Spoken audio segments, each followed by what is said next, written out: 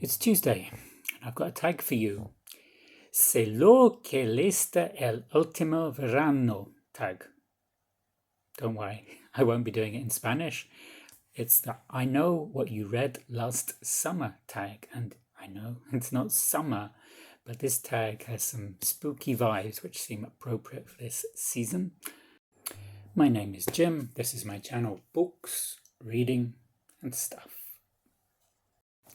I saw this tag on Neus's channel.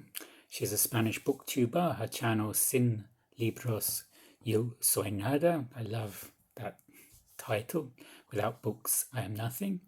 And the original tag was another Spanish booktuber, the Biblioteca de Priscilla. I will link to both their channels in the show notes below. There's her in Spanish, of course. I'll also link to Ollie's video. He did this tag in English over a year ago. First prompt, Final Girl, book with a badass protagonist. Libro con protagonista, cañera.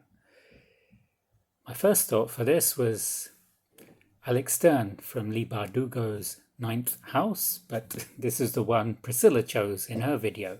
So I'll go with Mitsuki, the protagonist in Sword of Kaigen. She, as a teen, she was trained to fight, but then she got married, she had 4 kids, and she was settling down to domesticity when the Sword of Kaigen was attacked by an enemy, and she learned she has to bring in her fighting skills again, and she's a badass character. Prompt number 2, Popcorn, a book you couldn't stop reading. For this, I would choose The Housemaid's Secret by Frida McFadden. Usually I'm very good at being able to put books down, but that one, I had to finish it. I did finish it in 2 days because I did sleep in between, but that was about all. If you know Frida McFadden, she writes all these twisty thrillers. She started as a self-published author, and now she's very popular. The Housemaid was very popular. Housemaid's Secret is the sequel to The Housemaid.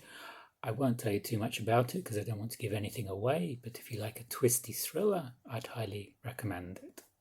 Prompt number 3, Ticket, a book that introduced you to a genre. For this, I'm going with a book I read recently, and it introduced me to the contemporary romance genre. This was a genre I didn't think I would enjoy, but I was wrong. Well, with this one anyway. It's a book that's not yet out. I got it as an e-arc from NetGalley. It's Not in My Book by Katie Holt. And the story is about these 2 writers, aspiring writers. Rosie, who writes romance fiction. She's Peruvian American. And there's Aidan, who's tall and good looking, but he writes literary fiction. And they both look down on the other's genre. Aidan thinks there's nothing great about romance, and Rosie thinks that Aidan is writing Faulkner fanfic, and it's a rivals to lovers story, and I really enjoyed it, and I surprised myself. So this introduced me to contemporary romance. Prompt number 4, a scary movie you would recommend. This is for outdoor cinema.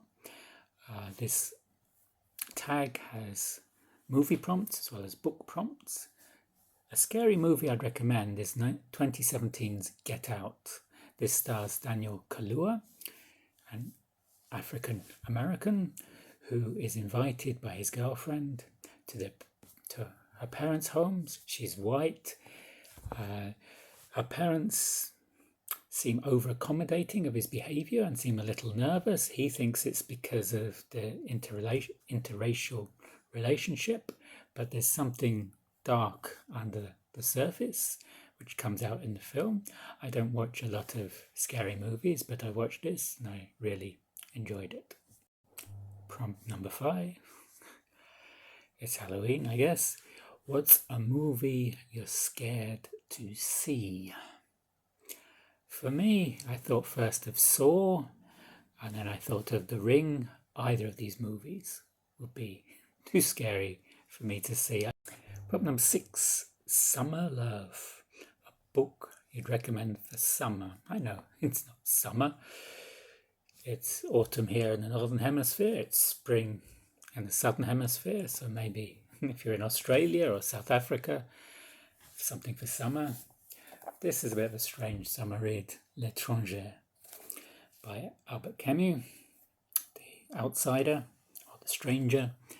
It's about Meursault, who has got the opening line, Aujourd'hui, maman est morte. Or peut-être hier, je ne sais pas. It's like, today, mother is dead, or mummy is dead, maman is dead, or maybe yesterday. I don't know. Meursault has this sort of detachment from life. It's quite absurd.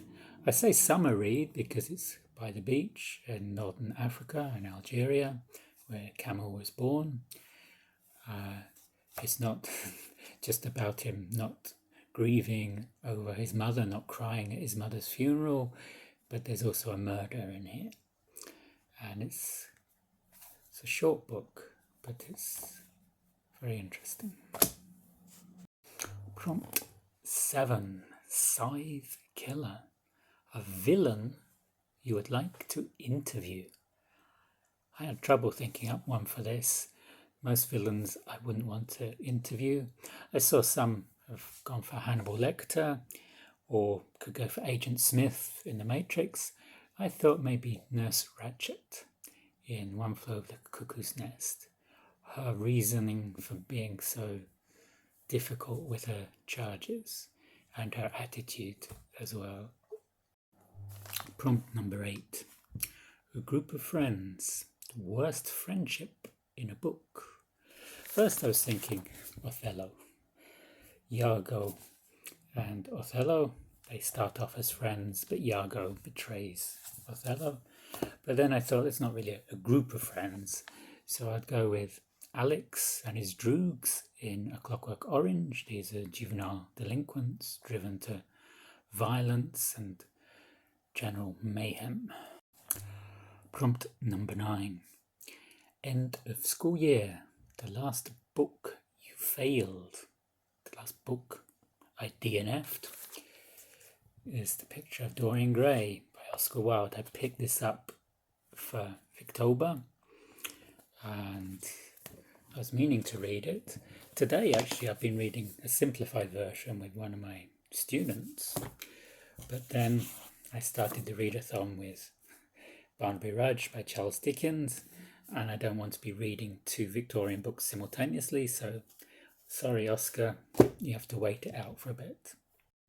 Prompt number 10, Summer Party, book in which they go to a party. Here I go with The Guest List by Lucy Foley. It's a wedding party on an island off the coast of Ireland, and it turns into a murder mystery, and there are many guests who were potentially the murderer. Prompt number 11. We have a secret. A character who talks too much. Holden Caulfield in The Catcher in the Rye. He talks a lot to various people, and he talks a lot to us, the reader, as he's narrating, and he's telling us his thoughts about everything. Prompt number 12. Cabin in the Woods. Overwhelming or scary setting. In the book Crota by Owl Goingback, a Native American, it's the story of a monster that's in a cave, and the cave is very scary. I don't like reading about caves. On YouTube, I find cave rescues and things like that very scary. I get claustrophobia just watching them. Finally, 13, spooky number, Friday the 13th, a book that traumatized you. I'm not sure about traumatized, it seems a bit strong, but definitely disturbing, is Poking Holes by Juan Valencia. This is 9 short stories separated into sections for holes, cuts and bites. And every bodily fluid imaginable permeates the pages of this book. It was very difficult to read. It was well written, but the subject matter was very difficult. And finally, who do I tag? Rather than just take a random selection from my subscriptions, I will choose some specific people, but if you want to do this tag, if you like the prompts, please consider yourself tagged.